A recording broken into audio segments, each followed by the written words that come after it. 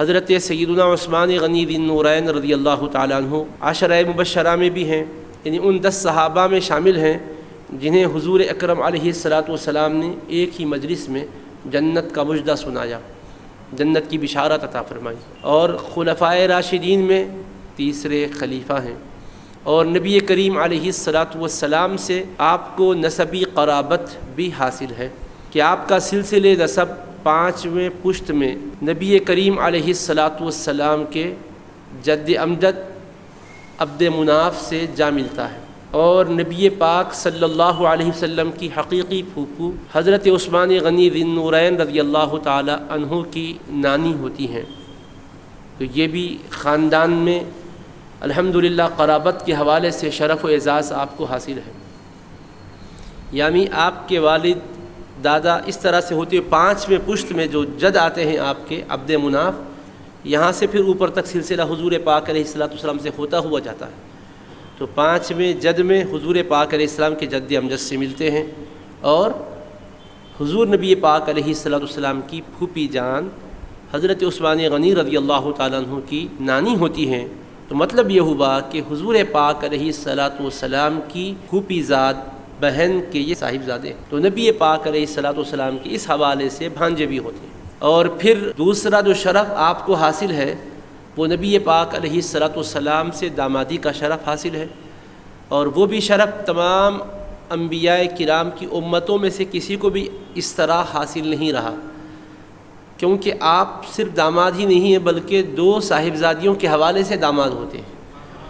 پہلے حضرت کا نکاح سیدہ رقیہ رضی اللہ تعالیٰ عنہ سے ہوا تھا، جو نبی پاک علیہ الصلاۃ والسلام کی صاحبزادی ہیں، شہزادی ہیں۔ 2 ہجری میں ان کا وصال ہوا بدر کے موقع پر، تو پھر نبی کریم علیہ الصلاۃ والسلام نے اس کے بعد اپنی اور ایک شہزادی سیدہ ام کلثوم رضی اللہ تعالیٰ عنہ سے آپ کا نکاح کروایا، اور وہ بھی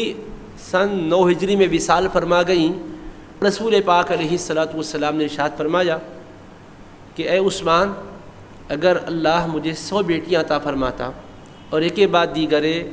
انتقال کرتی جاتی تو میں ایک ایک کر کے تمہارے نکاح میں دیتا جاتا۔ تو یہ بھی بہت بڑا اعزاز ہے آپ کے لیے۔ اسی لیے حضرت علی مرتضیٰ شیر خدا رضی اللہ تعالیٰ عنہ فرماتے ہیں، جب آپ سے پوچھا گیا آپ کیا فرماتے ہیں عثمان غنی رضی اللہ تعالیٰ عنہ کے بارے میں، تو جواب میں فرمایا کہ آپ وہ ہیں کہ ملائے اعلیٰ میں جنہیں ذی النورین کہا جاتا ہے، یعنی 2 نور والے۔ حضور پاک علیہ السلام کی 2 صاحبزادیوں کا ایک کے بعد دیگرے نکاح آپ سے ہوا، اس اعتبار سے ہر شہزادی نور ہے، تو 2 شہزادیاں ایک کے بعد دیگرے نکاح میں آئیں، ذو النورین آپ کا لقب ہوا۔ تو یہ تو فرش زمین پر بھی چرچا ہے، عالم بالا میں بھی اس لقب کے ساتھ آپ کا چرچا ہے۔ حضرت سیدنا عثمان غنی ذی النورین رضی اللہ تعالیٰ عنہ نبی پاک علیہ الصلاۃ والسلام کی ذات اطہر پر ایمان لانے والے مردوں میں 4تھے نمبر پر ہیں۔ تو صحابہ کے شرف سے مشرف ہونے والے اشخاص میں آپ 4تھے نمبر پر ہیں۔ مرد حضرات میں بڑی عمر والوں میں سب سے پہلے حضرت ابوبکر صدیق ہے، صاحبزادوں میں سب سے پہلے حضرت علی مرتضیٰ رضی اللہ عنہ ہیں، اور غلاموں میں سب سے پہلے حضرت زید بن حارثہ رضی اللہ تعالیٰ عنہ ہیں، اور خواتین میں حضرت بی بی خدیجہ الکبریٰ رضی اللہ عنہ ہیں۔ تو مرد حضرات کو شمار کریں تو اس کے بعد نمبر حضرت عثمان غنی ذی النورین رضی اللہ عنہ کا آتا ہے، 4تھے نمبر پر مردوں میں ہے۔ اگر جملہ تعداد میں دیکھیں تو 5ویں نمبر پر آپ آتے ہیں۔ تو یہ بھی ابتدا میں اسلام لانے والوں میں ہیں، اور اسلام لانے کے بعد زیادہ عرصہ نہیں گزرا، حضور پاک علیہ الصلاۃ والسلام نے دامادی کے شرف سے انہیں مشرف فرمایا، حضرت سیدہ رقیہ رضی اللہ عنہ کا نکاح آپ سے کروایا۔ اور 5 نبوی میں یعنی اعلان نبوت کے 5ویں سال جب نبی کریم علیہ الصلاۃ والسلام نے حبشہ کی طرف ہجرت کرنے کے لیے صحابہ کو امر فرمایا تھا،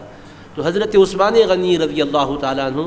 اپنی اہلیہ محترمہ سیدہ رقیہ رضی اللہ تعالیٰ عنہ کے ساتھ حبشہ کی طرف ہجرت کیے تھے۔ تب رسول پاک علیہ الصلاۃ والسلام نے فرمایا حضرت لوط علیہ الصلاۃ والسلام کے بعد پہلے آپ دونوں ہیں جو میاں بیوی اسلام کی خاطر ہجرت کر رہے ہیں۔ تو یہ بھی آپ کے اعزازات میں ہیں۔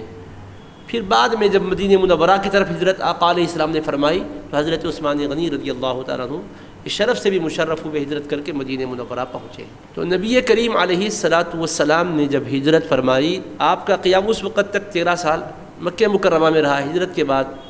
10 سال مدینہ منورہ میں قیام رہا۔ حضرت عثمان غنی رضی اللہ تعالیٰ عنہ اسلام لانے کے بعد سے وصال مصطفیٰ تک ہمیشہ حضور پاک علیہ الصلوۃ والسلام کی ذات اطہر سے بے پناہ محبت کی بنیاد پر اسلام پر اپنا مال بے دریغ لٹایا کرتے تھے، اور ہر جنگ میں، ہر معرکے میں آپ نے شرکت کی ہے حضور نبی پاک علیہ الصلوۃ والسلام کی معیت و رفاقت میں۔ بدر کے موقع پر آپ بظاہر شریک نہیں ہو سکے حضور کے حکم کی وجہ سے۔ یہ حضرت سیدہ رقیہ رضی اللہ عنہا علیل تھیں، بیمار تھیں، نبی پاک علیہ السلام نے فرمایا آپ ان کی مزاج پرسی اور تیمارداری میں مصروف رہیے، اب رہ گیا مسئلہ بدر میں شرکت کا، تو آپ کو بدر میں شریک ہونے والوں کے برابر اجر بھی ملے گا اور مال غنیمت میں حصہ بھی ملے گا۔ تو یہ بھی آپ کو شرف حاصل ہے کہ آپ ظاہراً نہیں گئے، حضور کی شہزادی جو آپ کے نکاح میں تھی ان کی خدمت میں رہے، آقا علیہ السلام نے شرکاء بدر کا اعزاز بھی بخش دیا اور غنیمت میں حصہ بھی عطا فرما دیا۔ اس کے علاوہ تمام معرکوں میں آپ شریک رہے۔ حضرت سیدنا عثمان غنی رضی اللہ تعالیٰ عنہ کا دور خلافت 12 دن کم 12 سال رہا۔ حضرت سیدنا فاروق اعظم کی شہادت کے بعد آپ مسند خلافت پر فائز ہوئے، 1 محرم الحرام 24 ہجری، اس کے بعد سے 18 ذی الحجہ 35 ہجری تک آپ کا دور خلافت جاری رہا، اور فتوحات بھی بہت ہوئیں، اسلام کا دائرہ وسیع سے وسیع تر ہوتا گیا حضرت سیدنا عثمان غنی ذی النورین رضی اللہ تعالیٰ عنہ کے دور میں۔